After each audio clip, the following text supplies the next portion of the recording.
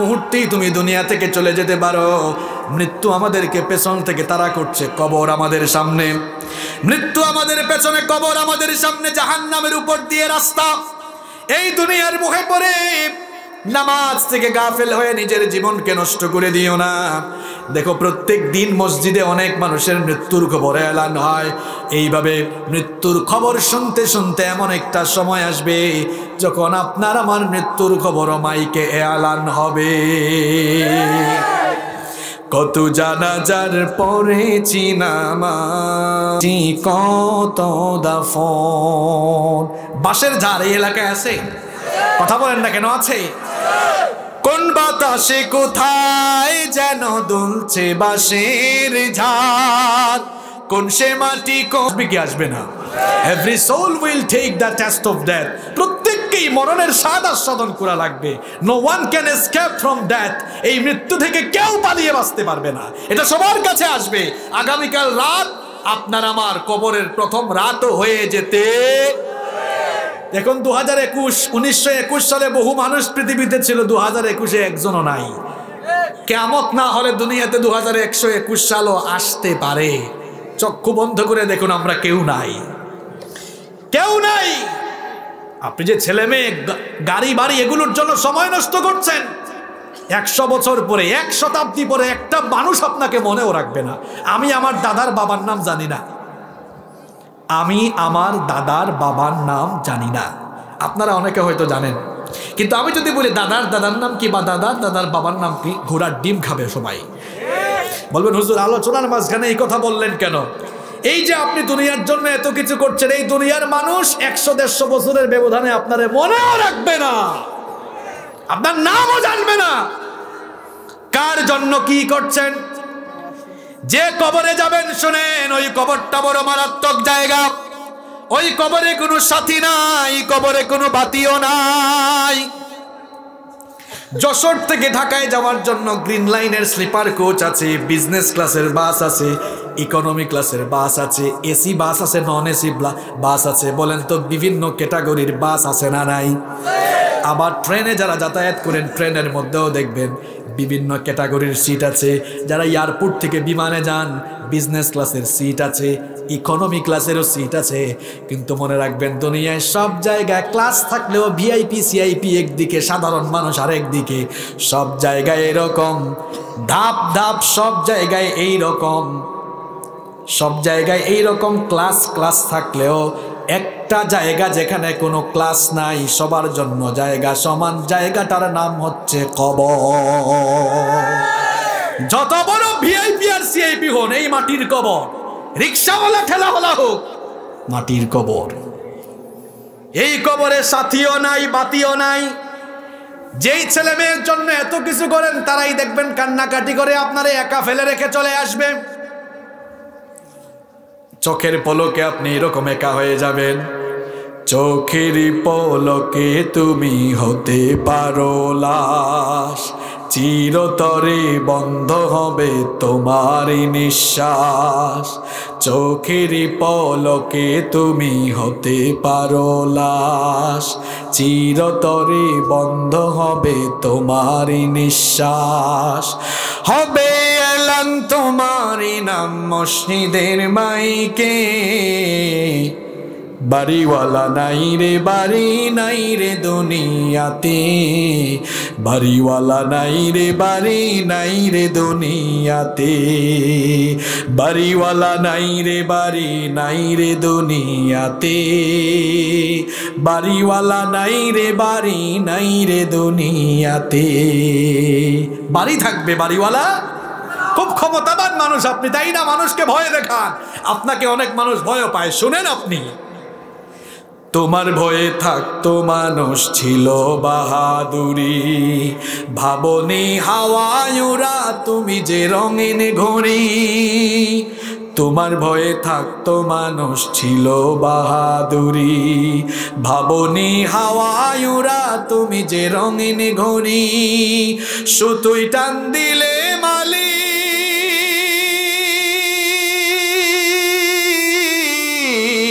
সুতোই টান দিলে মালিক পারবে না থাকিতে, বাড়িওয়ালা নাই রে বাড়ি নাই রে দুনিয়াতে, বাড়িওয়ালা নাই রে বাড়ি নাই রে দুনিয়াতে, বাড়িওয়ালা নাই রে বাড়ি নাই রে দুনিয়াতে, বাড়িওয়ালা নাই রে বাড়ি নাই রে দুনিয়াতে। গাড়ি বাড়ি মিল ফ্যাক্টরি টাকার পাহাড়, বিলাসিতায় কেটেছে জনম কত অহংকার।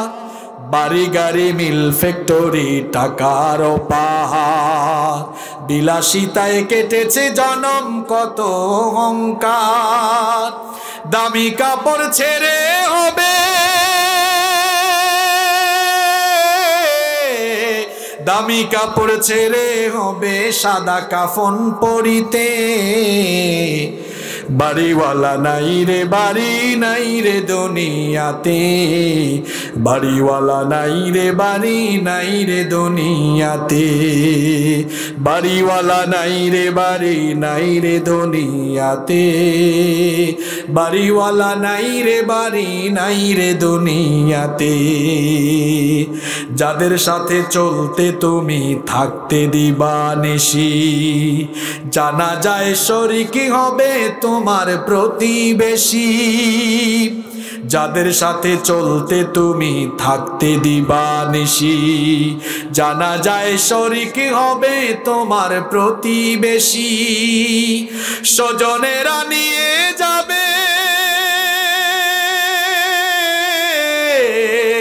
স্বজনেরা নিয়ে যাবে তোমাকে পালকিতে, বাড়িওয়ালা নাই রে বাড়ি নাই রে দুনিয়াতে, বাড়িওয়ালা নাই রে বাড়ি নাই রে দুনিয়াতে, বাড়িওয়ালা নাই রে বাড়ি নাই রে দুনিয়াতে, বাড়িওয়ালা নাই রে বাড়ি নাই রে দুনিয়াতে। কথা বাস্তব না অবাস্তব? বলেন বাস্তব না অবাস্তব? কেউ মনে রাখবে না, কিন্তু আপনার আমল আপনাকে মনে রাখবে। কেউ আপনার সাথী হবে না, আপনার আমল কবরে আপনার সাথী হবে, ঠিক কি না? এই জন্য নতুন বছরকে সামনে রেখে এত ফালাফালি করার দরকার নাই। সিদ্ধান্ত গ্রহণ করব, 1 নাম্বার তাওবা করে লজ্জিত হয়ে নিজের জীবনকে সংশোধন করে, 2 নাম্বার সব সময় আমরা 5 ওয়াক্ত কি আদায় করব? আরো জোরে বলেন। কারা কারা আজকে থেকে নামাজ বাদ দিবেন? হাত তুলেন। অসুবিধা নাই, কয়েকজন ভুল করে হাত তুলছে, কিন্তু বেশিরভাগ মানুষ মনোযোগী। একজন পান খাইয়া খাইয়া হপ হপ করে হাত তুলছে, মনোযোগ তো পানের দিকে। কেউ কেউ মাহফিলে বসে বুট খায়, বুট এত বেশি খায়, ভাতও এত খায় না। কেউ খাচ্ছে নাকি এখানে? কমন পড়ছে না? যাই হোক, আমরা 5 ওয়াক্ত সালাত আদায় করবো তো ইনশাল্লাহ। যুবক ভাইরা একটু কথা দিতে পারবা? 5 ওয়াক্তের নামাজ ঠিক মতো আদায় করতে পারবো তো ইনশাল্লাহ? কারা কারা রাজি? 2 হাত তুলে আল্লাহকে দেখান।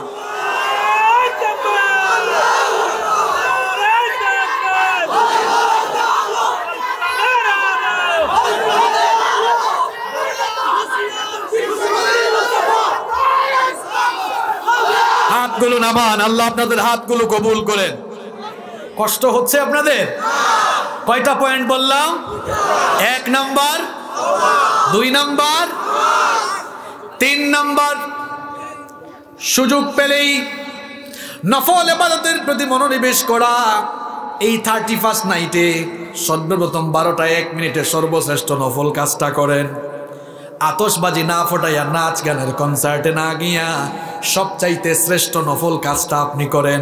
বলেন তো, নফল ইবাদতের মধ্যে সবচাইতে শ্রেষ্ঠ ইবাদত অর্থাৎ ফরজ নামাজের বাইরে কোন নামাজটা আল্লাহর কাছে সবচেয়ে বেশি প্রিয়? মাশাআল্লাহ, আমার যুবকরা বলতে পেরেছেন। নবীজি বলেছেন, আফদালুস সালাতি বাদাল ফরিদাতি, আফদালুস সালাতি বাদাল ফরিদাতি সালাতুল লাইল। নবীজি বলেছেন, ফরজ নামাজের পরে আল্লাহর কাছে সবচাইতে পছন্দের নামাজ হচ্ছে তাহাজ্জুদের নামাজ। এই তাহাজ্জুদের নামাজ নিয়মিত আমল করার জন্য আমার নবীকে অর্ডার করেছেন কে? কোরআন কারীমে রব্বুল আলামিন বলছেন, ওয়া মিনাল লাইলি ফাতাহাজ্জাদ বিহি নাফিলাতাল লাক আসা আন ইয়াবআসাকা রাব্বুক রাব্বুকা মাকামান মাহমুদা। আল্লাহ তাআলা বলছেন নবী গো রাতের কিছু অংশে তাহাজ্জুদের নামাজ আদায় করুন। এটা আপনাকে প্রশংসনীয় জায়গায় মাকামে মাহমুদে অধিষ্ঠিত করবে। আমার নবী জন্ম থেকে নিয়ে ওফাত পর্যন্ত মাসুম, নবীজি এমনিতেই জান্নাতি, কিন্তু এরপরেও আমার নবীজির আমলের দিকে আপনি তাকান। আম্মা জান আয়েশা রাদিয়াল্লাহু আনহা বলেছেন কানা ইয়াকুমু মিনাল লাইলি হাত্তা তানফাতারা কদামা। নবীজি বলেছেন, আম্মা জান আয়েশা রাদিয়াল্লাহু আনহা বলেছেন নবীজি রাতের বেলা এত দীর্ঘক্ষণ তাহাজ্জুদের নামাজে দণ্ডায়মান থাকতেন, দাঁড়াতে দাঁড়াতে তার পা মুবারক ফুলে যেত। আম্মা জান আয়েশা রাদিয়াল্লাহু আনহা নবীজিকে জিজ্ঞেস করলেন লিমা তাসনাউ হাদা ইয়া রাসূলুল্লাহ, পড়েন সাল্লাল্লাহু আলাইহি ওয়াসাল্লাম, গো আল্লাহর নবী আপনি তো এমনিতেই জান্নাতি, জন্ম থেকে নিয়ে ওফাত পর্যন্ত আপনি এমনিতেই মাসুম, এরপরেও কেন আপনি দীর্ঘ রাত পর্যন্ত দাঁড়িয়ে দাঁড়িয়ে তো তাহাজ্জুদ আদায় করেন? নবীজি তখন বললেন আয়েশা গো শোনো, আফালা উহিব্বু আন আকুনা আবদান শাকুরা, আমি কি আমার রবের শুকরগুজার বান্দায় পরিগণিত হব না? বাড়িতে গিয়ে সুবহানাল্লাহ বলেন। নবী যদি নিজে প্রত্যেক দিনই আমলটা করেন, আমাকে আপনাকেও মাঝে মাঝে এই আমলটা করার দরকার আছে না নাই? আল্লাহ নবী বললেন তিনটি কাজ করো আর নিরাপদে আল্লাহর জান্নাতে দাখিল হয়ে যাও। আফশুস সালাম বাইনাকুম, নিজেদের মধ্যে সালামের ব্যাপক প্রচলন করো। 2 নম্বর ওয়া আতইমুত তাআম, সামর্থ্য থাকলে মানুষকে খাওয়াও। 3 নম্বর ওয়াসাল্লু বিল্লাইলি ওয়ান নাসু নিয়াম, রাতের বেলা মানুষগুলো যখন ঘুমায় আরামের ঘুমটাকে হারাম করে ওই সময়ে তাহাজ্জুদের জায়নামাজে তুমি দাঁড়াও। এই 3টি কাজ করো তাদখুলুল জান্নাতা বিসালাম, একেবারে নিরাপদে আল্লাহর জান্নাতে ঢুকতে পারবে। সুবহানাল্লাহ। এজন্য যুবক ভাইরা 31st নাইটের প্রথম কাজ হবে 12টায় 1 মিনিটে অশ্লীলতা বেহায়াপনা বেলাল্লাপনায় গা ভাসিয়ে না দিয়ে তাহাজ্জুদের নামাজ দিয়ে আমরা শুরু করব ইনশাআল্লাহ। কারণ এই সময়টা বড় দামি সময়। শেষ রাতে রব্বুল আলামিন দুনিয়ার আকাশে নেমে আসেন, বুখারীর হাদিস, নবীজি দুনিয়ার আকাশে নেমে এসে ডাকতে থাকেন মানদাল্লাযী ইয়াদুনি। দুনিয়ার সব মানুষগুলো যখন ঘুমায় আমার এমন কোন গোলাম আছে নাকি যে আমাকে ডাকবে, যে আমার সঙ্গে প্রেম ভালোবাসা বিনিময় করবে, এমন কোন গোলাম আছে নাকি? আমার গোলাম যদি এই গভীর রাতে আমাকে ডাকে ফাআস্তাজিবা লাহু, আমি আমার বান্দার ডাকে সাড়া দেব। আল্লাহ বলেন মানদাল্লাযী ইয়াসআলানি, এমন কোন গোলাম আছে নাকি যে আমার কাছে চাইবে, তার সব চাওয়া আমি পূরণ করব। মানদাল্লাযী ইস্তাগফিরনি, এমন কেউ কি আছে নাকি আমার কাছে গুনাহ মাফ চাইবে, ফাউগফিরা লাহু, এই সময়টা আরামের ঘুম হারাম করে দিয়ে বান্দারে আমার কাছে যা চাইবা সব আমি দান করব। চাওয়ার সময়টা তো আপনি ঘুমায়া থাকেন, আপনি পাবেন কেমনে? মনে রাখবেন যারাই বড় বড় বুজুর্গ হয়েছেন, দুনিয়া আখেরাতে সম্মানিত হয়েছেন, যারা নিজেদের মর্যাদা বানিয়েছেন, একটা কাজ করেই তারা এই কাজে সফল হয়েছেন, মর্যাদা বাড়িয়েছেন, আর সেটার নাম হচ্ছে তাহাজ্জুদের নামাজ। যুবক ভাইরা মাঝে মাঝে আমল করা যাবে তো ইনশাআল্লাহ? যাবে তো ইনশাআল্লাহ? নাম্বার 4 নাম্বার, আমরা সবাই আল্লাহর কালামের সঙ্গে সম্পর্ক স্থাপন করব। আমাদের জীবন পরিচালনার জন্য আল্লাহ একটা কিতাব দিয়েছেন, কিতাবের নাম আর একটু জোরে বলেন। আল্লাহর কালামের সঙ্গে আমরা সম্পর্ক বাড়াবো। আল্লাহর কালামের সঙ্গে সম্পর্ক বাড়ানোর প্রথম কাজ, একেবারে ফার্স্ট স্টেপ হলো এই কোরআনটা ভালো করে শেখা। আমরা অনেকেই কোরআনকে ভালোবেসে কোরআনের মাহফিলে আসি, কিন্তু অসংখ্য মানুষ এখনো বিশুদ্ধ করে কোরআনটা তেলাওয়াত করতেই জানে না। 50 বছর 55 বছর বয়স হয়ে গিয়েছে, এখনো আমার বাবাটা বিশুদ্ধ করে কোরআন পড়তে পারে না। অনেক ভাইরা অনার্স মাস্টার্স কমপ্লিট করে ফেলেছে, বিশুদ্ধ করে ইংরেজিও বলতে পারে, কিন্তু বিশুদ্ধ করে কোরআনটা পড়তে পারে এরকম বলেন আছে না নাই? আবার হেতে স্লোগানও দেয়, কয় আল কোরআনের আলো ঘরে ঘরে জ্বালো, আরেকজন কয় না একেবারে সংসদে জ্বালাই ফেলো। ঠিক তো কোন স্লোগানগুলো তো আপনারাই আবার দেন। এই জন্য আমি বলছি স্লোগানগুলো পাল্টাইয়া দেন, বিবেক খাটাইয়া স্লোগান দেন। আমি বলেছি স্লোগান চেঞ্জ। কিসের আল কোরআনের আলো ঘরে ঘরে জ্বালো আর সংসদে জ্বালো? আপনি স্লোগান পাল্টান। আমি গত 2-3 বছর ধরে যেখানে যাওয়ার সুযোগ আল্লাহ দেন, যাদের সামনে কথা বলার সুযোগ আমি পাই আমি বলি স্লোগান পাল্টায় দেন, বলেন আপনারা আল কোরআনের আলো মানুষের অন্তরে অন্তরে আগে জ্বালো, ঘরে ঘরে জ্বালানো আর লাগবে না, প্রত্যেকটা মানুষের অন্তরে কোরআনের আলো জ্বালিয়ে দেন। দেখবেন এই আলোকিত মানুষগুলোকে দিয়ে পরিবার, সমাজ, রাষ্ট্র, এই দেশের প্রতিটি ইঞ্চিতে ইঞ্চিতে কোরআনের আলো প্রজ্বলিত হবেই হবে ইনশাআল্লাহ। সিস্টেম মাফিক আপনি আগান না কেন? এইরকম করলে আপনি স্লোগানই দিবেন, আবেগ আবেগের জায়গায় থাকবে, বাস্তবতা আর হবে। আমি একটা উদাহরণ দেই, কষ্ট হচ্ছে আপনাদের? এক চাচা ইংরেজি ভাষা জানে না, তবে যশোরের মানুষ শিক্ষিত আমি জানি, এটা একটা উদাহরণ দিচ্ছি। এক চাচা ইংরেজি ভাষা জানে না, তার কাছে সুপ্রিম কোর্ট থেকে চিঠি আসছে। সুপ্রিম কোর্টটা কি এই যশোরে নাকি কোথায়? চিঠি আসতে আসতে যে তার কাছে চিঠি পৌঁছাইছে রাত 12টা হয়ে গেছে। কয়টা? এখন চাচার কাছে চিঠি দিছে, বলছে চাচা, আপনারা চাচা বলেন না কাকু বলেন? হ্যাঁ, মনে হয় কাকু বলেন আপনারা। ঠিক আছে, যেটা বুঝুন ওটাও অসুবিধা নাই, সিলেটি হইলে রে ভাই আপনারা বুঝতে নাই। আচ্ছা যাই হোক, চাচা বলেন কাকু বলেন একই কথা, দিয়ে গেল। এখন চাচা চিঠিটা বের করে দিয়ে হায় হায় হায় হায় হায় হায়, ইংরেজি তো চাচা বুঝে না। চিন্তা করলো সুপ্রিম কোর্টের নোটিশ আসছে রে, না জানি আবার গ্রেফতারি কোনো ওয়ারেন্ট কিনা, কলেজায় শান্তি নাই। পাশের বাড়িতে ভাতিজা একটা ঢাকা বিশ্ববিদ্যালয়ে পড়ে, কেসে রাত 12:30টায় তার বাড়িতে। কয় বাবা ঘুম থেকে উঠো, আমি তোমার অমুক চাচা আসছি। কয় চাচা এখন আসছেন কেন এত রাতে? সকালবেলা আসেন। কয় না রে বাপ, তাড়াতাড়ি উঠ, সুপ্রিম কোর্টের চিঠি, কিছুই বুঝি না, আজকে রাতেই অ্যারেস্ট হইতে পারে, উঠলে বাপ। আমার প্রশ্ন হলো বাবা রে, সুপ্রিম কোর্টের ইংরেজি ভাষায় লেখা চিঠিটা আপনি পড়তে পারেন না বলে এত পেরেশানি নিয়ে ভাতিজার কাছে গেলেন, বয়স তো আর কম হইল না, আল্লাহ জীবন চালাবার জন্য কিতাব দিলেন কোরআন, আপনি পড়তে পারেন না। বিবেকের কাছে প্রশ্ন আপনার, এটা শেখার জন্য কতদিন, কার কাছে কতবার দৌড়াই আছেন? নিজের বিবেককে প্রশ্ন করুন। আর তোমরা যারা পড়াশোনা করো তোমাদের অবস্থা কি? চীন থেকে, চীনের যে কোনো ইউনিভার্সিটি থেকে অফার লেটার একটা আসছে চাইনিজ ভাষায়, ওয়াং ওয়াং, বুঝি না তো আমরা এগুলা, পাইছে অফার লেটার। এটা বুঝার জন্য যে চাইনিজ ভাষা বুঝে তার কাছে গিয়েছে, কিও তুমি দেখি অফার লেটার বুঝার জন্য এর কাছে তার কাছে যাও। এমনকি তুমি ইন্টারমিডিয়েট পাস করে বিশ্ববিদ্যালয়ে চান্স পাওয়ার জন্য 6 মাস 1 বছর অধ্যাবসায় করতে পারো। কোন শয়তান তোমাকে ধরলো যে আল্লাহর কালাম শেখার জন্য কয়েক মাস তুমি সময় দিতে পারো না? তোমার বিবেককে আমি প্রশ্ন করছি।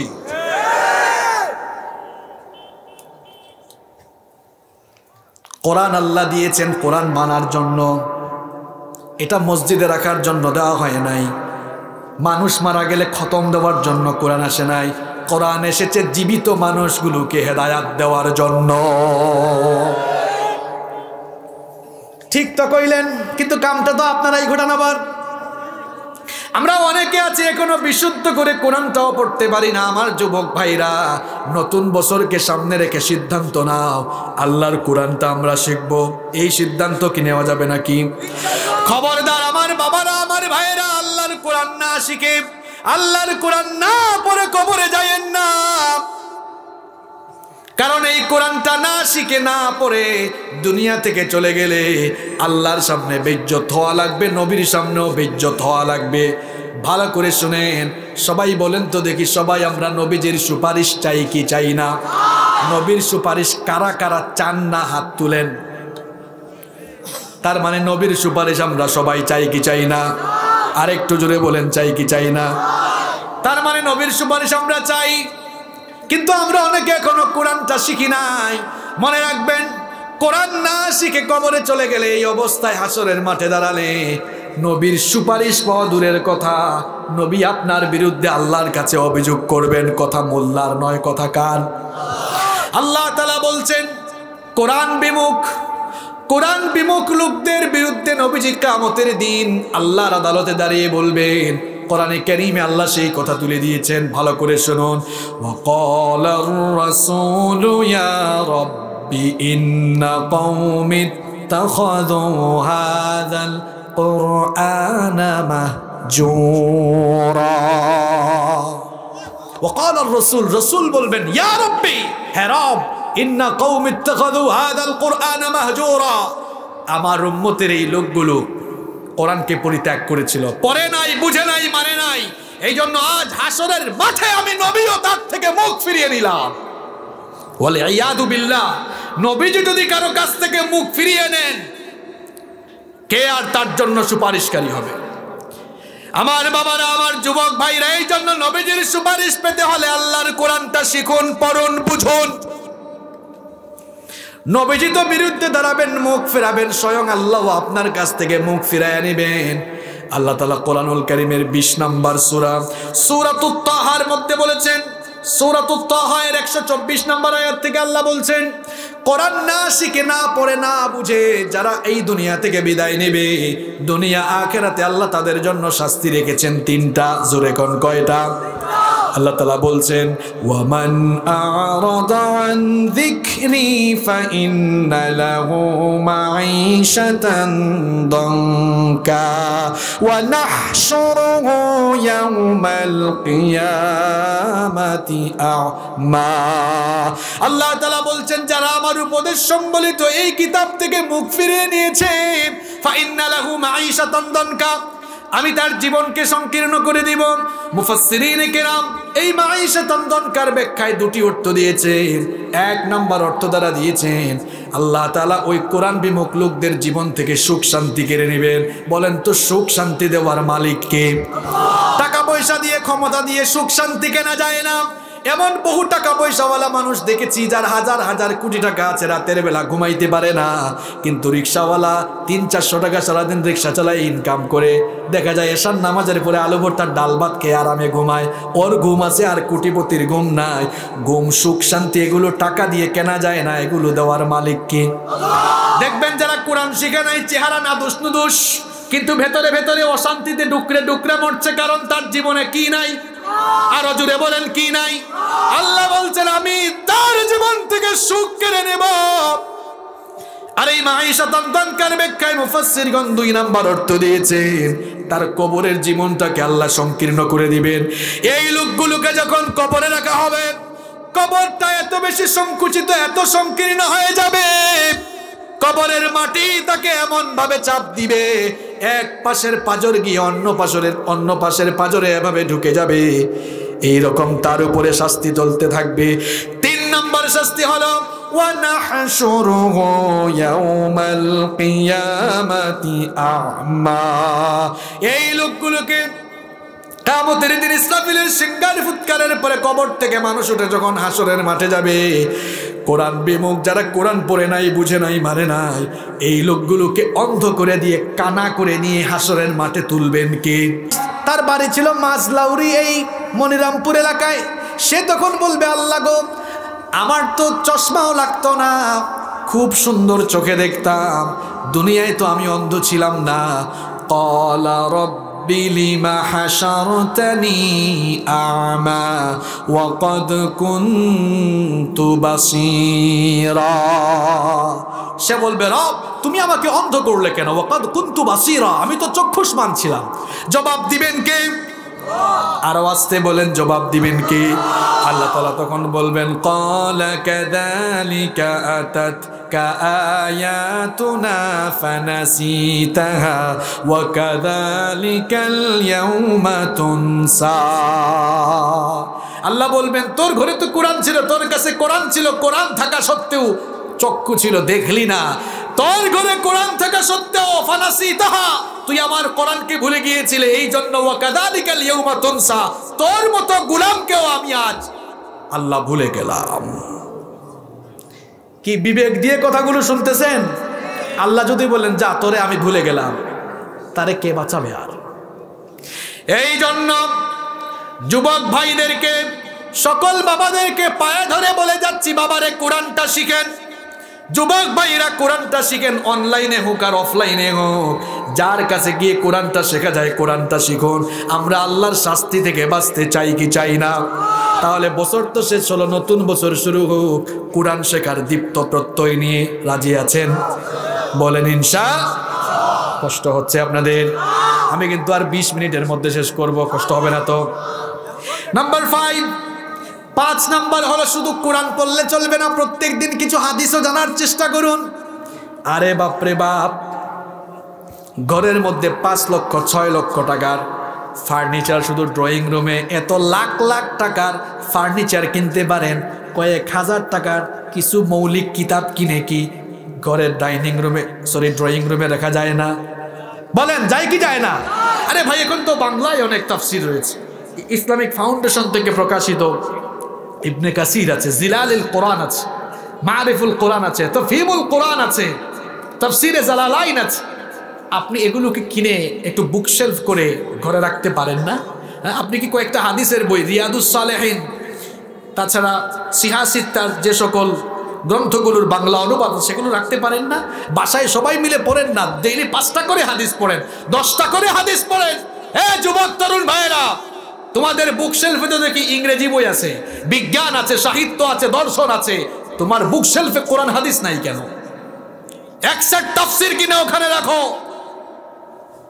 তোমার সিলেবাসে তো ইসলাম জানার জন্য কোরআন নাই, হাদিস নাই, তোমাকে এই জন্য আলাদা করে পড়াশোনা করে এগুলো শিখতে হবে।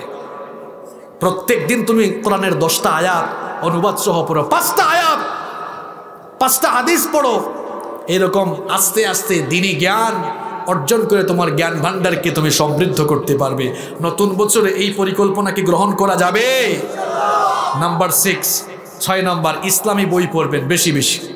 গবেষক আলেমদের লেখা ইসলামী সাহিত্য অধ্যয়ন করবেন, বেশি বেশি পড়বেন। ওই যে বললাম, মানতে গেলে জানতে হয়, জানতে গেলে পড়তে হয়। এখন তো পড়াশোনার বাইরে আমরা। একটা সময় শিক্ষা, শিল্প, সংস্কৃতি, সাহিত্য সকল ক্ষেত্রে মুসলমানরা নেতৃত্ব দিয়েছে। আজ মুসলমানদের সব জায়গায় অধঃপতন। কেন জানেন?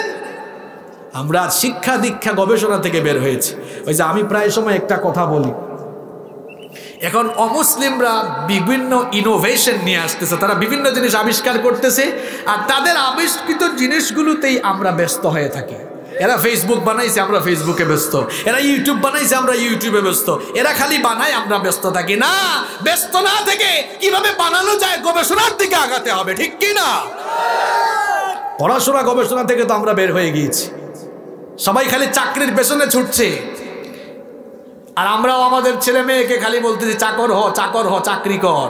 সন্তানদেরকে মোটিভেশন চালান, তাদেরকে বলেন, ইন্সপায়ার করেন, তুমি কোয়ালিটি সম্পন্ন মানুষ হও, চাকরির পেছনে না ঘুরে কোয়ালিটি বাড়াও। পারলে নিজে প্রতিষ্ঠান তৈরি করো। একজন তুমি চাইলে একটা শিল্প কারখানাও করতে পারবে, একটা ইন্ডাস্ট্রি করতে পারবে। মানুষ স্বপ্ন থেকেই, তার আকাঙ্ক্ষা থেকেই আস্তে আস্তে বড় হয়। আমি ওয়ারেন বাফেটের কথা কেন বলবো? এই বাংলাদেশেই অনেক সফল শিল্পপতি রয়েছেন যারা জিরো থেকে হিরো হয়েছেন। আপনাদের দক্ষিণাঞ্চলের আকিদ সাহেবের কাহিনী তো আপনারা জানেন, পিএইচপির মিজান সাহেবের কাহিনী আপনারা জানেন। এরা জিরো থেকে হিরো হয়েছেন। আমরা সন্তানগুলোকে স্বপ্ন দেখাতে জানি না বলে এদের হৃদয়টা সংকীর্ণ থাকে। বড় বড় স্বপ্ন দেখান। আমার যুবক ভাইদেরকে, ছাত্র ভাইদেরকে বলবো, চাকরির পেছনে না ছুটে উদ্যোক্তা হওয়ার স্বপ্ন দেখো।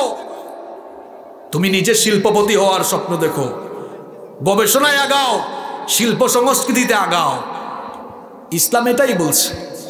নামাজ শেষ, ফান্তাশিরু ফিল আরদ, জমিনে ছড়িয়ে পড়ো রিজিকের অন্বেষণে। আর নবীজিকে জিজ্ঞেস করা হলো, আইয়ুল কাসবি আতয়াব, কোন রিজিকটা পবিত্র? নবীজি বললেন, আমালুর রাজুলি বিয়াদিহি, নিজের হাতে কামাই করা, পরিশ্রম করা কামাইটাই আল্লাহর কাছে সবচেয়ে পবিত্র। সুবহানাল্লাহ। অলস হয়ে বসে থাকা যাবে না, কাজে থাকতে হবে। আল্লাহ বুঝার তৌফিক দান করেন। নাম্বার 7 নম্বর হচ্ছে, একটা বছর শেষ হচ্ছে, নতুন বছর সামনে, আপনি ফালাফালি করেন না। সময় পান, জিকির, তাসবিহ, তাহলিল এগুলো করেন। একটু সময় পাইছেন, আস্তাগফিরুল্লাহ পড়েন, জিকির আজকার করেন।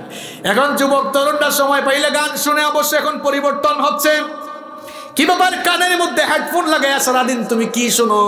এই কানকে জেনার দিকে ঠেলে দিও না। চক্ষু দিয়ে অশ্লীল কি সিনেমা দেখো, ইউটিউবে গিয়ে এগুলো কি দেখো। স্মার্টফোন যার হাতে আছে আর ইন্টারনেট বা ওয়াইফাই কানেকশন যার কাছে আছে, তার কাছে দুনিয়ার সব কিছুই হাতের কাছে। আরে ভাই, তুমি মনে করছো আব্বু আম্মু দেখে না, একা একা রুমে তুমি যা ইচ্ছা তাই করতে পারো? বলেন তো দেখি, কেউ না দেখলেও একজন তো দেখেন সব সময়, তিনি কি? চোখের হেফাজত করুন। আল্লাহ তাআলা বলেছেন, কুল্লিল মুমিনিনা ইয়াগুদ্দু মিন আবসারিহিম ওয়া ইয়াহফাযু ফুরুজাহুম। আল্লাহ বলছেন, নবী মুমিন পুরুষদেরকে বলেন চক্ষুকে যেন পরনারী থেকে নিম্নগামী করে রাখে। যুবক ভাইরা, আরে সবাইকে উদ্দেশ্য করে বলি, এই চোখ কার দেওয়া নিয়ামত? আর একটু জোরে বলেন না, আপনারা ক্লান্ত হয়ে গেছেন। এই চক্ষু কার দেওয়া নিয়ামত? সুবহানাল্লাহ, কত বড় নিয়ামত! এই চক্ষুকে নিয়ে গবেষণা করে এই যে ক্যামেরাগুলো দেখছেন, ক্যামেরা আবিষ্কার হয়ে গেছে। এই ক্যামেরাতে ক্যামেরাম্যান ভাইরা লেন্স আছে না? মানুষের চোখেও লেন্স আছে। এই লেন্স না থাকলে আপনি দেখতে পারতেন না। আর আল্লাহ তাআলার সৃষ্টি নৈপুণ্য আপনি দেখেন। আল্লাহ বলেছেন, লাকাদ খালাকনাল ইনসানা ফি আহসানি তাকওয়িম। সবচেয়ে সুন্দর করে আল্লাহ মানুষকে বানিয়েছেন। সুবহানাল্লাহ পড়েন। কত সুন্দর করে আল্লাহ মানুষ বানালেন। গরু আছে তো আপনাদের এলাকায়? গরুর চক্ষু কপালের নিচে না মাথার দুই দিকে? দেখছেন কারবার? আল্লাহ যদি আমাদের চক্ষুগুলাকে মাথার দুই দিকে দিতেন, এখানে একটা এখানে আরেকটা, দেখতে সুন্দর লাগতো না বিশ্রী লাগতো? আল্লাহ বলছেন যে ফি আহসানি তাকওয়িম, সবচেয়ে সুন্দর আকৃতি দিয়েছেন, দুই দিকে দিলেন। দুই দিকে আল্লাহ দিলেন না হেড। এই যে যারা ফুটবল খেলে এরা হেডও দিতে পারতো না, চক্ষুগুলো শেষ হয়ে যেত। আল্লাহ কপালের নিচে দিলেন, আবার প্রোটেকশনের ব্যবস্থা করেছেন। কি সুন্দর করে দেখেন, হোঁচট খেয়ে বললে চোখে যেন আঘাত না লাগে, একটা হাড্ডি চোখের উপরে আসে না নাই? আবার দেখতে যেন শিলামুরগি না লাগে, চোখের উপরে আল্লাহ খুব সুন্দর একটা ব্রুও দিয়েছেন। কারো কারো ব্রু দেখবেন বাঁকা তরবারির মতো। সুবহানাল্লাহ। আবার কিছু কিছু মহিলারা একেবারে সাজতে আছে না নাই? এই রূপ মনিরামপুরে নাই, ব্রু প্লাক করে। মা বোনরা কি আজকে মাহফিলে আছে? কিও আপনি ব্রু প্লাক করেন কেন? এটাকে হারাম করেছেন কে? মনে রাখবেন, হারামে কোনো আরাম নাই। হারামে কোনো আরাম। আল্লাহর আদেশ যেখানেই অমান্য করবেন কপালে ঠাডা পড়বে। আর এখানে কপালে ঠাডা না, চোখের উপর ঠাডা পড়বে। বর্তমান চিকিৎসা বিজ্ঞান বলছে পৃথিবীতে সেই সকল নারীরাই আই ক্যান্সারে আক্রান্ত হচ্ছেন যারা বেশি বেশি ব্রু প্লাক করতেছেন। গজবের জন্য অপেক্ষা করেন আপনি। আচ্ছা, বলছিলাম এই চোখের নিয়ামতের কথা। দেখেন, আমরা যে পরিবেশে বাস করি, এখানে জীবাণু কম না বেশি?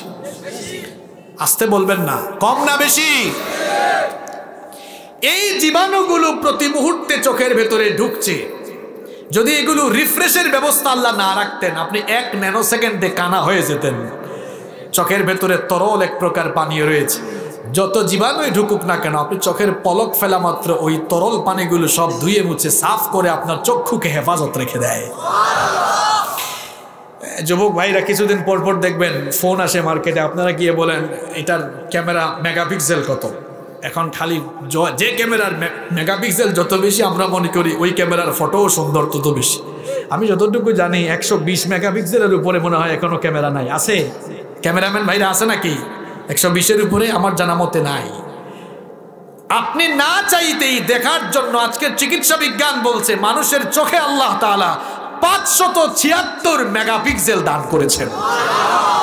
এই ক্যামেরা দিয়ে কয়টা কালার শনাক্ত করা যায় আমি জানি না, কিন্তু মানব চক্ষু দিয়ে বিজ্ঞানীরা বলছেন human eyes can be identify more than 1 million colours. মানুষ তার এই একটা চক্ষু দিয়ে কয়েক শত, কয়েক হাজার না, 1 মিলিয়ন, 10 লক্ষ কালার শনাক্ত করতে সক্ষম হয়। এই চোখ, এর হেফাজত করে ভাই, এই চোখের হেফাজত করেন। এদিক সেদিক তাকাইয়েন না, ইউটিউব আর ফেসবুকে ঢুকে যা মন চায় তা দেখিয়েন না। দেখতে যদি মন চায় কোরআনের তেলাওয়াত দেখেন, কোরআনের তেলাওয়াত কান দিয়ে শুনেন, ভালো জিনিস দেখেন, ভালো জিনিস শুনেন। কারণ এই কান, চক্ষু, অঙ্গ প্রত্যঙ্গগুলো কিয়ামতের দিন সাক্ষ্য দিবে। এগুলোর জবান খুলে দিবেন কিয়ামতের দিনকে। নিজেকে নিয়ন্ত্রিত করতে হবে। পারবো তো আমরা সবাই? নাম্বার 8 নাম্বার, নতুন বছরকে সামনে রেখে প্রতিজ্ঞা গ্রহণ করুন, আমরা অন্যায় অপকর্ম থেকে নিজেদেরকে হেফাজত করব। পারবেন তো ইনশাআল্লাহ? সকল ভালো কাজ করব, অন্যায় থেকে নিজেদেরকে মুক্ত রাখবো, আল্লাহর বিধান লঙ্ঘন করব না, পর্দা মেনটেন করব। আমার বোনদেরকে বলবো ঘর থেকে বের হলে বুরখাটা পরে বের হন। এই বুরখা নারীর ইজ্জত কমায় নাই, সম্মান কমায় নাই, বরং নারীর ইজ্জত সম্মান আরো বাড়িয়েছে। আপনারা আপনাদের বউকে, মা বোনকে পর্দা করাবেন তো? অনেকে আছে করায় না, নিজের বউকে বুরখা ছাড়া নিয়ে বের হয়। অবশ্য মনিরামপুরে নাই, একজন বিয়ে শাদী করার পর বউকে বুরখা ছাড়া নিয়ে বের হয়েছে। ছোট ভাই একটা রাস্তায় পাইছে, কয় ভাই ভাবির এই অবস্থা কেন, এমনি নিয়ে বের হয়েছেন কেন? কয় তোমার ভাবি কত সুন্দর, এটা আমি না জানি, এলাকার মানুষ কি জানে? এলাকার মানুষের একটা হক আছে না? নিজের বউকে এলাকার মানুষ দেখাইয়া এলাকার মানুষের হক আদায় করতেছেন। কে কে হাত তুলেন তো দেখি। আরে বাপ রে বাপ, সব আল্লাহর ওলি এই এলাকায়, তাই না? নিজের বউয়ের ফটো ফেসবুকে এই এলাকার কেউ আপলোড দেয় না। নিজের বউয়ের ফটো এই এলাকার কেউ ফেসবুকে আপলোড দেয় না। কোরআন হাদিস দিয়ে কত ওয়াজ করলাম, এরপরেও বেকুব বুঝে না। এই জন্য আমি বলি যেমন কুকুর তেমন মুগুর দরকার। বলেন তো দেখি, বউটা পার্সোনাল না পাবলিক? আরো জোরে বলেন। আর ফেসবুক কি পাবলিক সাইট না পার্সোনাল সাইট? তাহলে বউ পার্সোনাল জিনিসকে যারা বউয়ের মতো পার্সোনাল জিনিসকে পাবলিক সাইট ফেসবুকে আপলোড দেয়, তারা নিজের বউকে জনগণের সম্পদ বানাইছে। যারা বেহায়া, বেশরম, নির্লজ্জ কোথাকার, আত্মসম্মান বোধ বলতে কিছুই তার মাঝে নাই। হ্যাঁ, ওইটাই তো বললাম, যার লজ্জা নেই তাকে বলে বেশরম। এই জন্য বলেছি বেহায়া, বেশরম, নির্লজ্জ। হায়া শরম, আল হায়া শুআবাতুম মিনাল ঈমান, লজ্জাশীলতা ঈমানের অংশ। আর কেমনে বুঝাইতাম তারে? বুঝলে বুঝ ভাতা, না বুঝলে তেজ ভাতা। যারা দিয়ে ফেলছেন, ভুল করছি আমরা, আজকে এই টাইমলাইনে ঢুকে ডিলিট মারবন তো। মেসেঞ্জারের স্টোরিতে, হোয়াটসঅ্যাপের স্টোরিতে দেওয়া যাবে। আরে বাপরে বাপ, এখনকার কিছু মেয়েরাও ফেসবুকের কথা কি বলবো, 6-7 পড়ে এখন তারা টিকটক বানায়। আমি টিকটক কি বুঝিও না, এই যে আমার ফোনে টিকটক অ্যাপসও নাই ভাই, সময়ই নাই এগুলা চালাইবার। যে আমাদের নামে কত ফেসবুক আইডিও রাখছে খুলে, আমাদের এগুলা চালাইবার টাইমও নাই। এই যে টিকটক এখন 6-7 মেয়েরা, হায় হায় হায়। আসলে এখনকার ছেলে মেয়েরা, এই কাঁচা বাদাম কি তা আবার? হ্যাঁ, কাঁচা বাদাম কি বলতাম, কিছু ফালতু বক্তারা এখন এই কাঁচা বাদামও স্টেজে উঠাইছে। অর্থাৎ এই প্রসঙ্গে আমি এগুলা নিয়ে কথা বলি না, আমার পছন্দ না, কারণ এই মাহফিলগুলো, সময়গুলো আমানত। এইসব ফালতু বিষয় মনে করে দিও না। হ্যাঁ বেটা, রিজিকের তালাশে যা করার করতেছে, তুমি এত লাফালাফি করো কেন? আল্লাহ এদেরকে হেদায়াত দিক। ভুলে দিছে কাঁচা বাদাম বলে। আমি কোন জায়গায় জানিয়েছিলাম? টিকটক। আরে বাপরে বাপ, ক্লাস 7-8 মেয়েরা টিকটক বানায়, দেখছেন নি কারবার? শোনেন শোনেন, আমরা ইন্টারমিডিয়েট পাস করার পর বুঝছি যা, এখনকার পাকনা ছেলে মেয়েরা 6-7 পরেই বুঝে তা। ঠিক তো কইলেন। কারণগুলো কি ফাইন্ড আউট করেছেন? করেন নাই। আমি 2টা কারণ পাইছি। কয়টা কারণ? আমি ভাবলাম কি রে, এখনকার পোলা পাইন কম বয়সে এত পাকছে কেমনে? খুঁজে দেখি এর কারণ আছে 2টা। কয়টা? 1 নাম্বার অপশিক্ষা, 2 নাম্বার অপসংস্কৃতি। 1 নাম্বার বললেন হুজুর অপশিক্ষা কি? ওরে বাপরে বাপ, ক্লাস 5-6 এর শারীরিক শিক্ষা বই আপনি খুলে দেখেন, যৌনতার ছড়াছড়ি এমন ভাবে যৌনতার পাঠদান হচ্ছে, এইসব অশ্লীল পাঠদানের কারণে আজ ছাত্রছাত্রীরা অশ্লীলতা বেহায়াপনায় মেতে উঠে। দেখা যাচ্ছে আজ আগে যা ছিল না তাই হচ্ছে, 6-7 এর মেয়েরা প্রেগনেন্ট হয়ে যাচ্ছে। অপশিক্ষার কুফল এটা। আরেকটা কি বলছি? হ্যাঁ, কথা বলেন না কেন? আরে বাপরে বাপ, ফোন একটা লাগাই দিয়েছেন হাতে। আমি একবার মাহফিলে গেলাম, এক বাবাও কয় হুজুর জানেন কি, আমার মেয়ে JSC-তে A+ পাইছে, খুশি হয়ে আইফোন গিফট করছি। বললাম ভালো করছেন, কিছুদিন পর দেখবেন আপনারা জামাই গিফট করবে। ইন্টারমিডিয়েট পাস করার আগ পর্যন্ত ছেলে মেয়েদের হাতে খবরদার ফোন দিবেন না। হ্যাঁ, ফোনের দরকার হলে বলেন তুমি আব্বুর ফোন দিয়ে কল লাগাও, কল মেরে দাও, তোমার ফোনের দরকার নাই। এই তোমরা যারা ইন্টারমিডিয়েটে পড়ো, দুষ্ট ছেলেরা, রাগ করছো কিরে? হ্যাঁ, তো অ্যাসাইনমেন্ট হয়েছে কি? তোমার আব্বুর ফোন নিয়ে অ্যাসাইনমেন্ট করো, তামসা করো। অনলাইন ক্লাসের নামে তোমরা জুম অ্যাপস কে মিনিমাইজ করে যে কি তামসা করো, এটা তোমার মা বাপ না বুঝলে আমরা না বুঝি।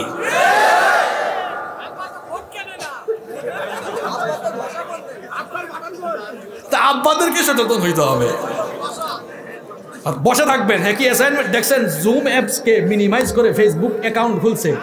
আরে বাপকে বাপ, পুচকা পুচকা ছেলে মেয়েরা এখন সব জানে।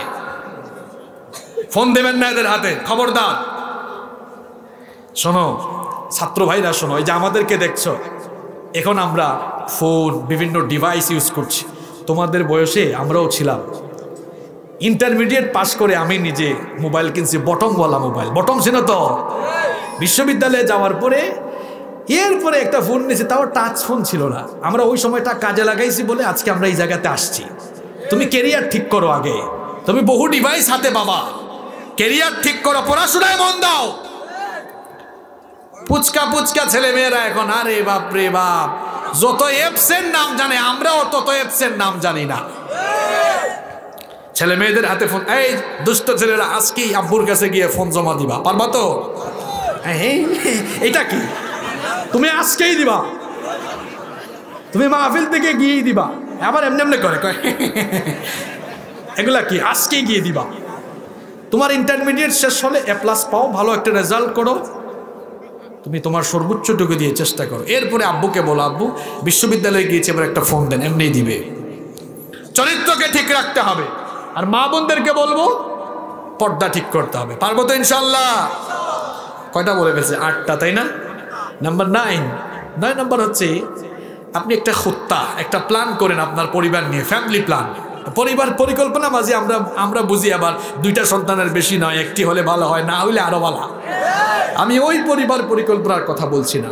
আপনার পরিবারকে কিভাবে দিনের পথে রাখবেন, কিভাবে দিনের পথে পরিচালিত করবেন, আপনার কি কোনো প্ল্যান আছে? এটা পরিকল্পনা করেন, কারণ the plan is half of the work. পরিকল্পনা কাজের অর্ধেক। আপনি সুন্দর পরিকল্পনা করলে দেখবেন ওই কাজে সফলতা পাবেন। আপনি পরিবার নিয়ে একটা প্ল্যান করেন, আপনার পরিবারের সন্তান সন্ততি থাকলে এদেরকে কিভাবে পড়াশোনা করাবেন, সময় দিবেন কেমনে, ফ্যামিলিতে যারা আছে কিভাবে এদেরকে দিনের পথে রাখবেন, সুন্দর একটা প্ল্যান করেন। মাঝে মাঝে এদেরকে নিয়ে আবার বেড়াতে যাইয়েন, ভাবিদের সাথে ভালো আচরণ করিয়েন, দাসীর মতো আচরণ করিয়েন না। অনেক ভাইরা আছে নিজের বউয়ের সাথে দাসীর মতো আচরণ করে, এই এলাকায় নাই। নবাব যেটা সলিমুল্লাহ হয়ে যায় নিজের বউর সাথে। আর শোনেন, যারা বউর সাথে খারাপ আচরণ করে এদের চেহারা দেখলেই বোঝা যায় এদের চেহারাগুলো নাদুস নুদুস হয় না। কারণ বউয়ের সাথে ঝগড়াঝাটি যত বেশি, তরকারিতে লবণ কম তত বেশি। বউয়ের সাথে দুষ্টামি করবেন, তরকারি ভালো হবে না, রান্না বান্নায় আন্তরিকতা থাকবে না, মজা পাবেন না। আর বউকে যত ভালোবাসবেন, সময় দিবেন, রেসপেক্ট করে কথা বলবেন, পরিবারে তত বেশি বরকত দিবেন কে? ছেলে মেয়েদের দিকে নজর রাখুন, ছেলে মেয়েদের হক আদায় করুন। ছেলে মেয়ে হলে সুন্দর নাম রাখুন। এখন তো সুন্দর নামও রাখেন না আপনারা, সুন্দর নামও রাখেন না আপনারা, ছেলে মেয়ের হক আদায় করে না। শোনেন, আমরা কষ্ট হচ্ছে আপনাদের, তো শেষই তো আমি তো এখন দোয়া করে দিব। শোনেন, আমরা বিভিন্ন জায়গায় মাহফিলে গেলে কয়, হুজুর আমাদের ছেলেমেয়েরা আমাদের কথা শোনে না, একটু মা বাবার খেদমতের ওয়াজ করেন তো। এক বেকুব গাছ লাগায় নাই, ফলের আশা করে বসে আছে। গাছ না লাগায়া ফলের আশা করা যেমন বোকামি, সন্তানের হক আদায় না করে তার কাছ থেকে খেদমতের আশা করাও ততটা বোকামি। তার হক আদায় করছেন, তার সুন্দর একটা নাম রাখছেন, তাকে দিন শিখাইছেন, কিছুই তো করেন নাই। নাম রাখছে ছেলের সাগর, এরপরে আকাশ। হুজুরের কাছে হুজুর দোয়া করেন ছেলেটারে আলেম বানাইতাম, হাফেজ বানাইতাম। আমি কইলাম কোনোদিন তো শুনে নাই কোনো হাফেজ বা মৌলানার নাম হাফেজ মাওলানা আকাশ আহমেদ, হাফেজ মাওলানা সাগর আহমেদ। শুনছেন নি আপনারা? এমন নামই তো গলত। কোন জাতের নাম এগুলা? ছেলের নাম সাগর, মেয়ের নাম নদী। নদী নাম আসেনি? দেখছেন নাম রাখার সিস্টেম। এই লোকটারে আল্লাহ আরো কিছু পুলামায়া দিলে আগের গুলোর নাম যেহেতু সাগর নদী, পরের গুলা রাখার সম্ভাবনা আছে খাল, বিল, পুকুর, কুয়া। সিস্টেম তো তাই বলে। আবার আরেকজন ছেলের নাম রাখছে তুফান। বললাম কি ও ছেলের নাম তুফান রাখছেন কেন? কয় হুজুর অবস্থা বুঝে ব্যবস্থা নিছি। কইলাম মানে? কয় হুজুর তুফানের সময় হয়েছে তো ওই জন্য তুফান রেখে তুইছে। আমার মেয়ের নাম বৃষ্টি, এলাকায় আছে নাকি? এত মেয়ের খবর তোমার কাছে থাকে কেমনে রে? কালেকশন দেখছেন? হ্যাঁ, কি ব্যাপার, মিস কল টিসকল মারো নাকি? খবরদার। বললাম বৃষ্টি রাখছেন কেন? কয় হুজুর এইটা অবস্থা বুঝে ব্যবস্থা, বৃষ্টির সময় হয়েছে তো বৃষ্টি রাখছে। আমি বললাম ভাই রে, আপনার যে কারবার, আপনি অবস্থা বুঝে ব্যবস্থা নেন। তুফানের সময় হয়েছে বলে তুফান, বৃষ্টির সময় হয়েছে বলে বৃষ্টি, এখন বজ্রপাতের সময় আরেকটা হইলে নাম কি রাখবেন? ঠাডা পড়ছে। আপনার তো মতিগতি ভালো না। নবীজি বলেছেন ইন্না হাব্বা আসমাইকুম ইলাল্লাহি আব্দুল্লাহ ওয়া আব্দুর রহমান। আল্লাহর কাছে দুইটা নাম প্রিয়, আব্দুল্লাহ আর আব্দুর রহমান। আল্লাহর নবী আরো বলেছেন তাসাম্মু বিআসমাইল আম্বিয়া, নবীদের নামের সাথে মিলিয়ে ছেলেদের নাম রাখো, মেয়েদের নাম সুন্দর করে রাখো। আলেমদের সাথে পরামর্শ করে রাখেন। শিক্ষা দীক্ষা দেওয়ার ক্ষেত্রে সন্তানকে সুশিক্ষায় শিক্ষিত করুন। অ আ ক খ এবিসিডি তাকে শেখাবেন পরে, আলিফ বা তা থা শেখাবেন আগে। আগে আল্লাহর কোরআন শিখান, আগে কোরআন শিখান। ডাক্তার বানাতে মন চায়, ওকে ফাইন, ডাক্তার বানাবেন। ইঞ্জিনিয়ার বানাতে মন চায়, বানান। ডক্টর বানাতে মন চায়, বানান। সবার আগে কোরআনটা শিখান। ও লেভেলে পড়াতে চান, পড়ান। এ লেভেলে পড়াতে চান, পড়ান। সায়েন্স কমার্সে পড়াতে চান, পড়ান, অসুবিধা নাই, কিন্তু সবার আগে কোরআন শিখান। যদি আপনি সিস্টেম ব্রেক করে ফেলেন, মনে রাখবেন এটা ডাক্তার ইঞ্জিনিয়ার হইল, নামাজি ইঞ্জিনিয়ার ডাক্তার হবে না। এটা সুসন্তান হবে না, এটা কুসন্তান হবে। এটা মা বাবার সঙ্গে বেয়াদবি করবে। আমি আজ পর্যন্ত শুনে নাই কোনো আলেম ঘাট ধরে মা বাপকে বের করে দিয়েছে। আমি শুনেছি বহু ডাক্তার, ইঞ্জিনিয়ার, ডক্টর এরা করেছে, আলেমরা করে নাই। কারণ তারা কোরআনে পড়েছে, আল্লাহ বলেছেন ওয়াকুল্লাহুমা কওলান কারীমা। তোমার মা বাবার সঙ্গে সম্মানজনক ভাষায়, ভদ্রতার সঙ্গে, বিনয়ের সাথে মার্জিত ভাষায় কথা বলো। আদেশ কার? আল্লাহ। মনে রাখবেন, সন্তানগুলোকে সুশিক্ষায় শিক্ষিত না করলে, keep in your mind the old home is waiting for you. বৃদ্ধাশ্রম আপনার মতো বাবা আর মায়ের জন্যই অপেক্ষা করছে। আগে কোরআন শিখাই ফেলেন, এরপরে ডাক্তার, ইঞ্জিনিয়ার, লয়ার, ব্যারিস্টার যা ইচ্ছা বানান। দেখবেন এটা নামাজি হবে, আপনারও খেদমত করবে, সুসন্তান হবে, চক্ষু শীতলকারী সন্তান হবে। ঠিক কি না? তাহলে পরিবারকে নিয়ে সুন্দর প্ল্যান গ্রহণ করবেন। কষ্ট হচ্ছে আপনাদের?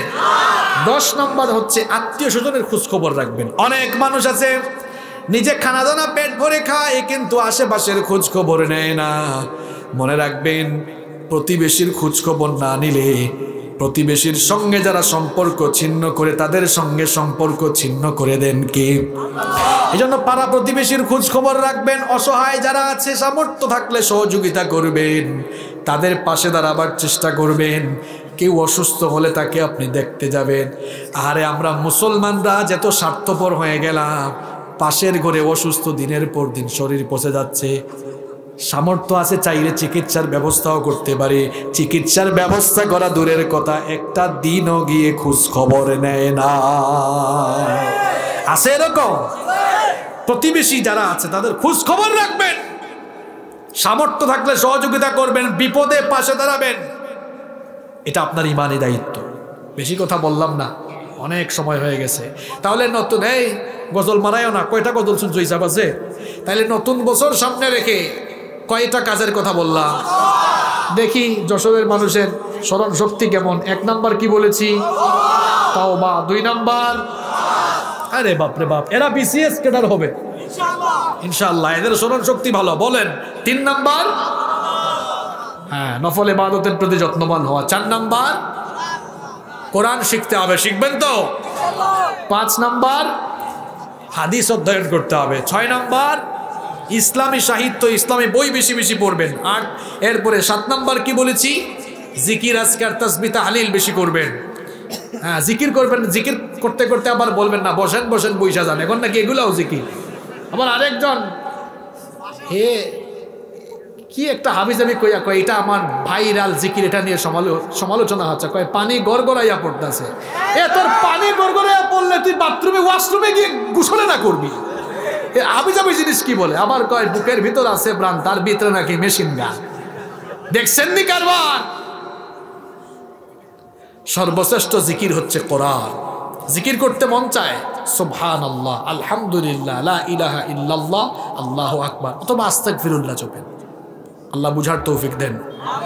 8 নাম্বার, নিজেকে অন্যায় অপরাধ থেকে হেফাজতে রাখতে। 9 নাম্বার, পরিবার নিয়ে সুন্দর পরিকল্পনা গ্রহণ করতে হবে। 10 নাম্বার, পাড়া প্রতিবেশীর আপদে বিপদে তাদের পাশে থাকার চেষ্টা করতে হবে। যতগুলো কথা বলেছি আল্লাহ আমাদেরকে আমলের তৌফিক দান করেন। মাহফিল কমিটির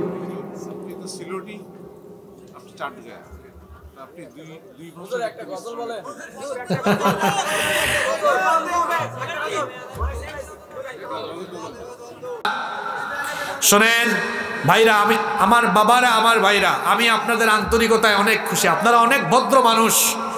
আপনারা নীরবতার সঙ্গে 2 ঘন্টা বসে আলোচনা শুনেছেন, কেউ উঠেন নাই।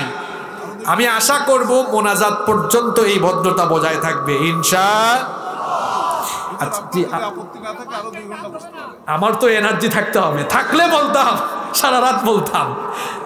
আচ্ছা শোনেন ভাইরা, আমরা সবাই জানি এই মাঝলাউরি কেন্দ্রীয় জামে মসজিদের উদ্যোগে মাহফিলটা হয়েছে, তাই না?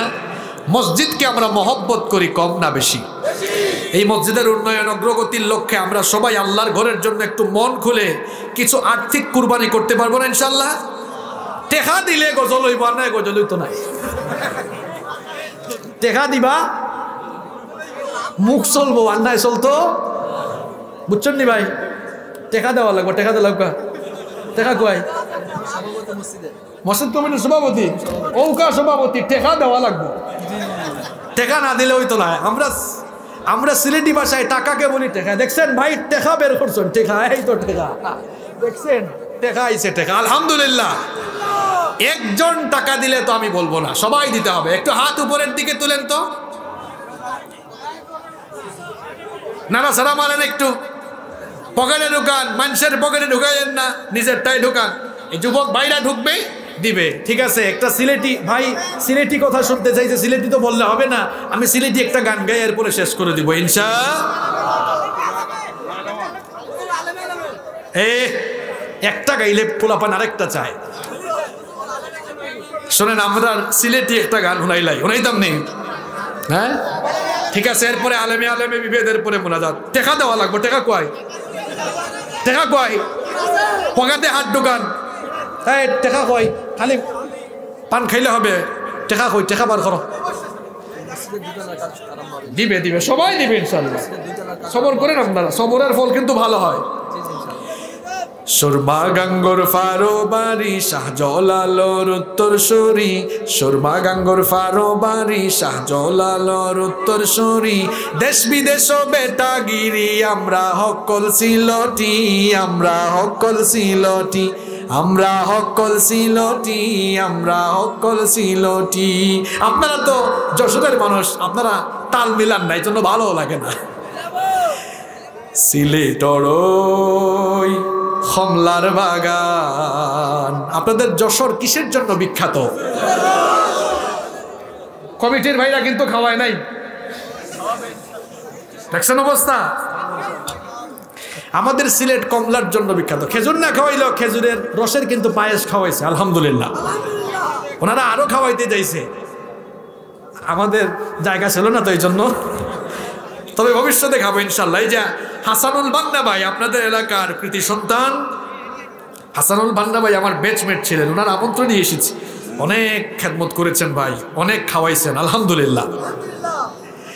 তা আমাদের সিলেট কমলার জন্য বিখ্যাত, এই জন্য এই গানের ভিতরে বলছে সিলেটর কমলার বাগান, খাইলে জোড়ায় হকলর ফরান, সিলেটর কমলার বাগান, খাইলে জোড়ায় হকলর ফরান সিলেটর সানা খাইলে বাই দিন খাটতো না একদিন দিন খাটতো না একদিন সুরমা গাঙ্গর ফারো বাড়ি শাহজালালোর উত্তর শনি দেশ বিদেশ বেটাগিরি আমরা হকল সিলটি আমরা হকল সিলটি আপনারা জানেন আমাদের সিলেটের মানুষ প্রবাসী বেশি Saudi Arab Abu Dhabi Qatar Dubai London যাবি Saudi Arab Abu Dhabi Qatar Dubai London যাবি আমেরিকাত গিয়াও ফাইবাই তুমি শুধু সিলটি খালি ফাইবাই সিলটি সুরমা গাঙ্গর ভারো বাণী শাহজালালোর উত্তর শুনি দেশ বিদেশ বেটাগিরি আমরা হকল সিলটি আমরা হকল সিলটি আমরা হকল বলেন আমরা হকল ঠিক আছে টাকা দিয়েছেন সবে টাকা কই টাকা দিয়েছেন সবে টাকা দিয়েছেন মহিলা প্যান্ডেলে আমাদের মা বোনরা যারা আছেন দায়িত্বশীল আছেন না ওখানে দায়িত্বশীলার কাছে আপনারা দিয়ে দেন ওনারা এখানে পৌঁছে দিবেন ইনশাআল্লাহ মোনাজাত দিয়ে দিই আপনাদের কোনো বক্তব্য আছে এটাই শেষ আর যেন কোনো আবেদন না থাকে ঠিক আছে আমি তো চাটগাঁয়ে খুব একটা পারি না আমি তো সিলেটি মানুষ ঠিক আছে কেউ উঠবেন না তো মোনাজাত 2 দিন ব্যাপী মাহফিল আজকে আখেরি মোনাজাত হবে উঠবেন না তো কেউ অনেকে চলে যাচ্ছে তো তাহলে মোনাজাত দিয়ে দিই আলেমে আলেমে বিভেদ এখন জালিমে জালিমে দোস্তি আলেমে আলেমে বিভেদ এখন জালিমে জালিমে দোস্তি পথের ঠিকানা জানা নেই কারো কে কোথায় পাবে স্বস্তি কে কোথায় পাবে স্বস্তি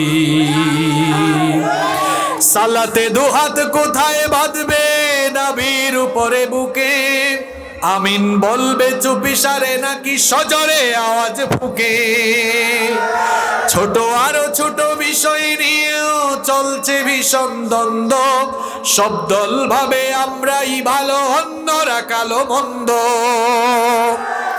ফরজ নিয়ে তো মারামারি নেই নফলে সফল ডোব ফরজ নিয়ে তো মারামারি নেই নফলে সফল ডোব টুপির আকার আকৃতি নিয়ে গবেষণা হয় খুব এই সুযোগে আব্রাহা দেখো হাকিয়ে বেড়ায় হস্তি জালিমে জালিমে দোস্তি আলেমে আলেমে বিভেদ এখন জালিমে জালিমে দোস্তি পথের ঠিকানা জানা নেই কারো কে কোথায় পাবে স্বস্তি কে কোথায় পাবে স্বস্তি খ্যাতির নেশায় আলেমের মন ব্যস্ত ভীষণ ব্যস্ত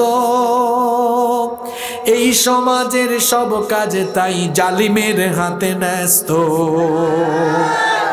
নিজের হিসেবে করে না আলেম অন্যের কথা ভাবে বিরোধকারীরা জান্নাতে নাকি জাহান্নামেই যাবে কাফের ফাসেক লক্ষ ফতোয়া পকেটেই আছে জমা আল্লাহর কাছে ছাড় আছে তবু তার কাছে নাই ক্ষমা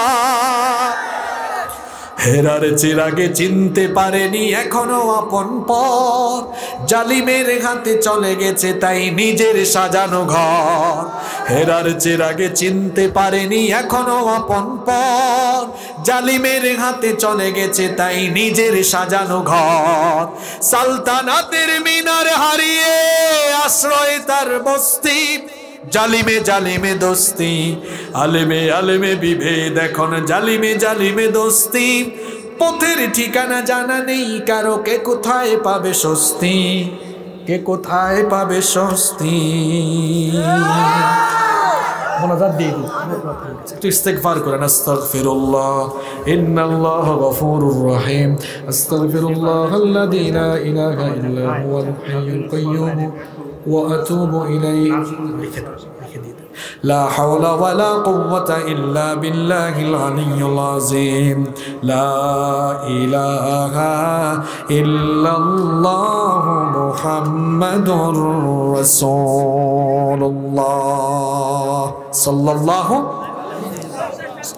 اللهم آمين ربنا ظلمنا أنفسنا وإن لم تغفر لنا وترحمنا لنكونن من الخاسرين ربنا اصرف عنا عذاب جهنم إن عذابها كان غراما ربنا هب لنا من أزواجنا وذرياتنا قرة أعين وجعلنا للمتقين إماما رب العالمين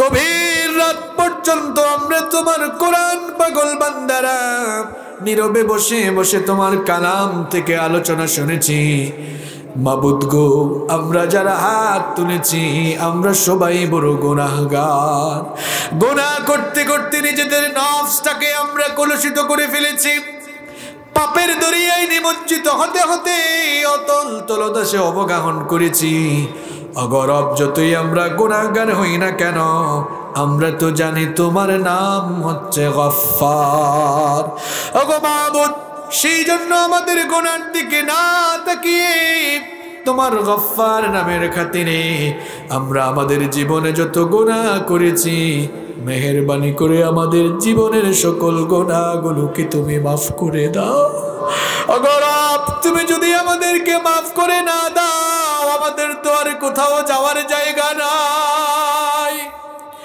আমরা তোমার দরজার ভিখারি তুমি যদি তাড়িয়ে দাও কোথাও যাওয়া চাওয়া কিংবা বলার জায়গা নাই ওগো মাবুদ আমরা ছাড়াও তো তোমার অসংখ্য গোলাম আছে কিন্তু তুমি ছাড়া তো আমাদের কোনো মাবুদ নাই তুমি যদি তাড়িয়ে দাও কোথাও যাওয়ার জায়গা আমাদের নাই ওগো রব সেই জন্য ভিখারির মতো দুখানা হাত তুলে জীবনের সমস্ত গুনাহগুলোকে সামনে নিয়ে লজ্জিত হয়ে তোমার কাছে দুখানা হাত তুলেছি মাবুদ গো খালি হাতে আমাদেরকে ফিরাইয়া দিও না গুনার এই বোঝা মাথায় নিয়ে অন্ধকার কবরে গিয়ে আমরা শাস্তি পেতে চাই না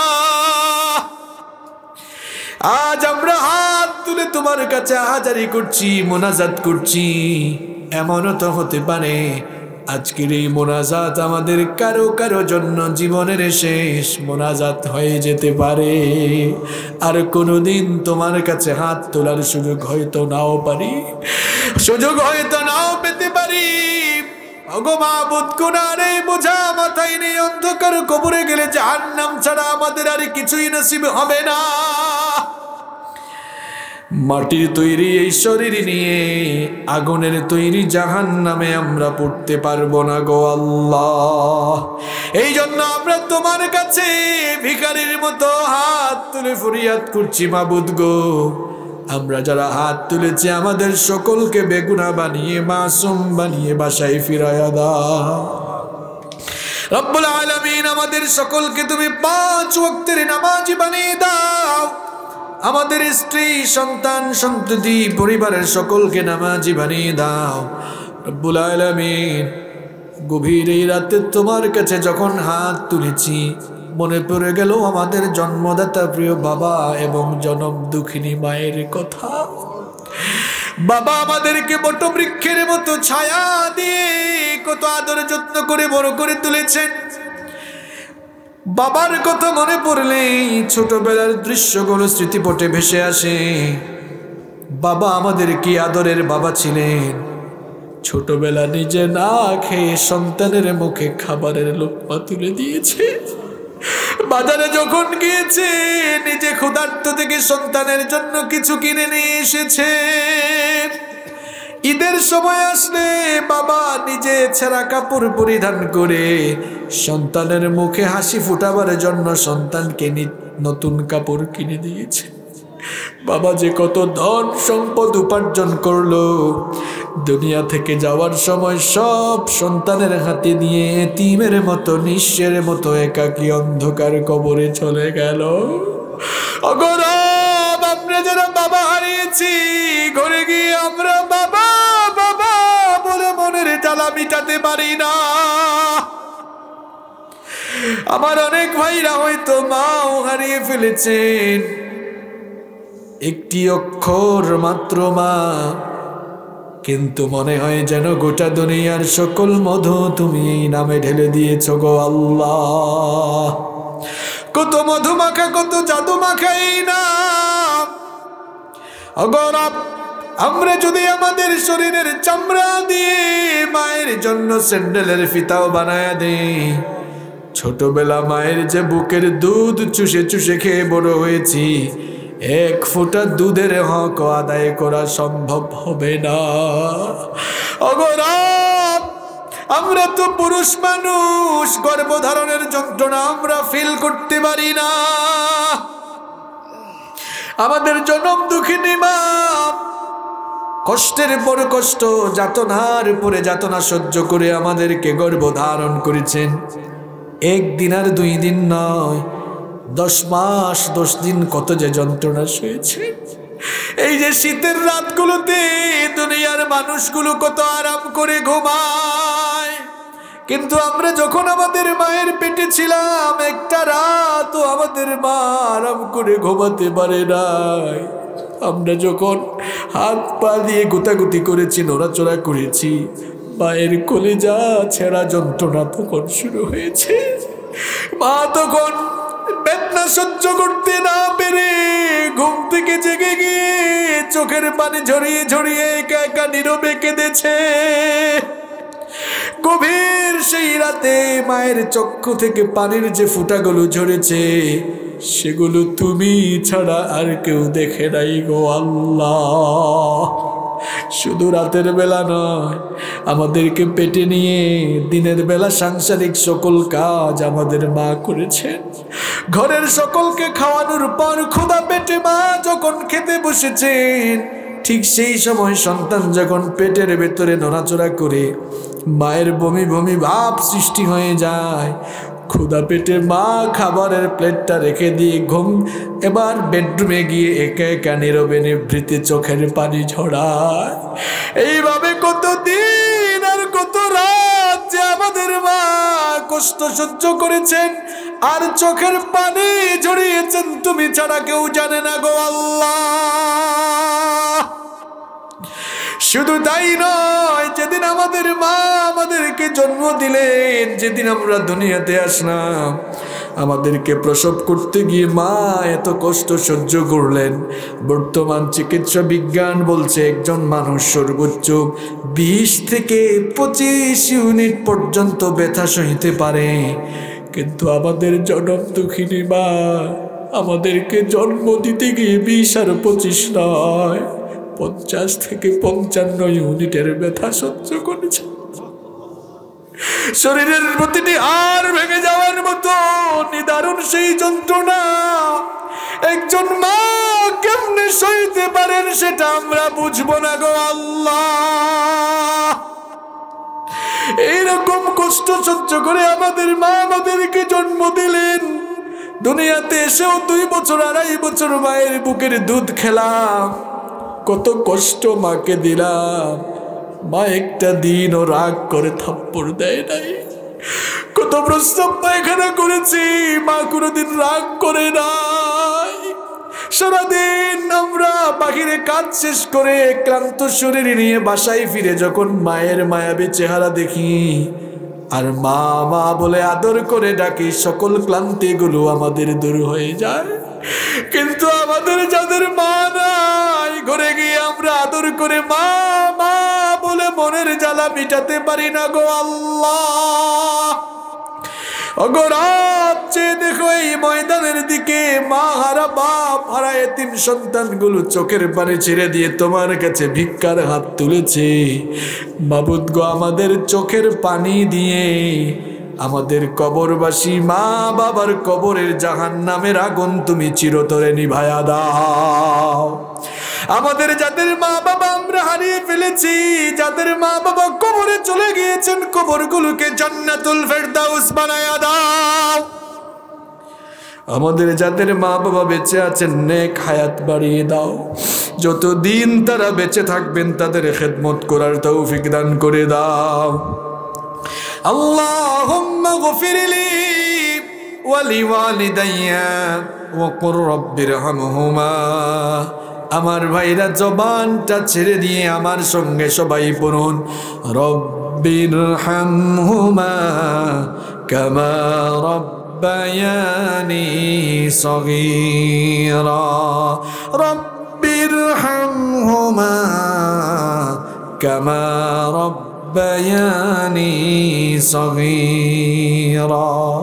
মাবুদ গো, আমাদের আত্মীয় স্বজন যারা কবরে চলে গিয়েছেন সবাইকে মাফ করে দাও। এই মাঝলাউড়ি এলাকায় যত কবরস্থান রয়েছে এই কবরস্থানের সকল মুর্দেগানদের কবরের আযাব মাফ করে দাও। আমাদের মধ্যে যারা অসুস্থ রয়েছেন তাদেরকে তুমি শিফা দান করে দাও রব্বুল আলামিন। ইয়া আরহামার রাহিমিন মাহবুদ, আজকের এই মাহফিল বাস্তবায়নের জন্য তোমার যে সকল বান্দা বান্দিরা টাকা দিয়ে, পয়সা দিয়ে, মেধা, শ্রম, বুদ্ধি দিয়ে যারাই যেভাবে সাহায্য সহযোগিতা, কষ্ট আর মেহনত করেছেন, আর আমরা যারা মাহফিলে এসেছি, কাল কিয়ামতের কঠিন দিনে এই মাহফিলকে আমাদের সকলের জন্য নাজাতের ওয়াসিলা বানিয়ে দিও রব্বুল আলামিন। বিশেষ করে মাহফিলের ডেকোরেশনের জন্য জননী ডেকোরেটরের নাজমুল ভাই ব্যবস্থা করেছেন। রব্বুল আলামিন তুমি তার জীবনের গুনাহগুলো মাফ করে দাও রব্বুল আলামিন। তার পরিবারের সকলকে মাফ করে দাও, যারা জীবিত রয়েছেন মাফ করে দাও, যারা দুনিয়া থেকে চলে গিয়েছেন কবরগুলোকে জান্নাতের বাগান বানিয়ে দাও রব্বুল আলামিন। ইয়া আরহামার রাহিমিন মাহবুদ, শাহাবুদ্দিন এবং মাইনুদ্দিনের জন্য দোয়া চেয়েছেন, তাদেরকেও তুমি মাফ করে দাও রব্বুল আলামিন। ইয়া আরহামার রাহিমিন মাহবুদ, আমার অসংখ্য মা বোনেরা মাহফিলে এসেছেন, আমার মা বোনদের জীবনের গুনাহগুলো মাফ করে দাও, তাদেরকে পর্দায় থাকার তৌফিক দান করে দাও, নামাজি বানিয়ে দাও। আমার নিঃসন্তান মা বোনদেরকে সন্তান নামক নেয়ামত দিয়ে ধন্য করে দাও মাবুদ গো। আমার মিডিয়ার ভাইদের গুনাহগুলো মাফ করে দাও রব্বুল আলামিন। সততার সঙ্গে, আমানতদারিতার সঙ্গে, তাকওয়ার ভিত্তিতে এই ময়দানে তারা যেন কাজ করতে পারেন সেই তৌফিক তাদেরকে দান করে দাও রব্বুল আলামিন। আমরা যারা তোমার কোরআনের বাণী দেশের এক প্রান্ত থেকে অন্য প্রান্তে ছড়িয়ে দেওয়ার জন্য দিন রাত আমরা যারা জার্নি করি, পরিশ্রম করি মাবুদ গো, রাস্তাঘাটে আমরা জীবনের রিস্ক নিয়ে চলাফেরা করি, রাস্তাঘাটে তুমি আমাদের হেফাজতকারী হয়ে যাও, সমস্ত বিপদ আপদ থেকে আমাদেরকে বাঁচাও। বাংলাদেশের সমস্ত আলেম ওলামাকে হেফাজত করো, মজলুম সকলের তুমি সাহায্যকারী হয়ে যাও বিফদলি সুবহান রাব্বিকা রাব্বিল ইজ্জাতি আম্মা ইয়াসিফুন ওয়া সালামুন আলাল মুরসালিন ওয়ালহামদুলিল্লাহি রাব্বিল আলামিন। ওয়া জাআল আখির কালামিনা ইনদাল মাউত লা ইলাহা ইল্লাল্লাহ মুহাম্মাদুর রাসূলুল্লাহ।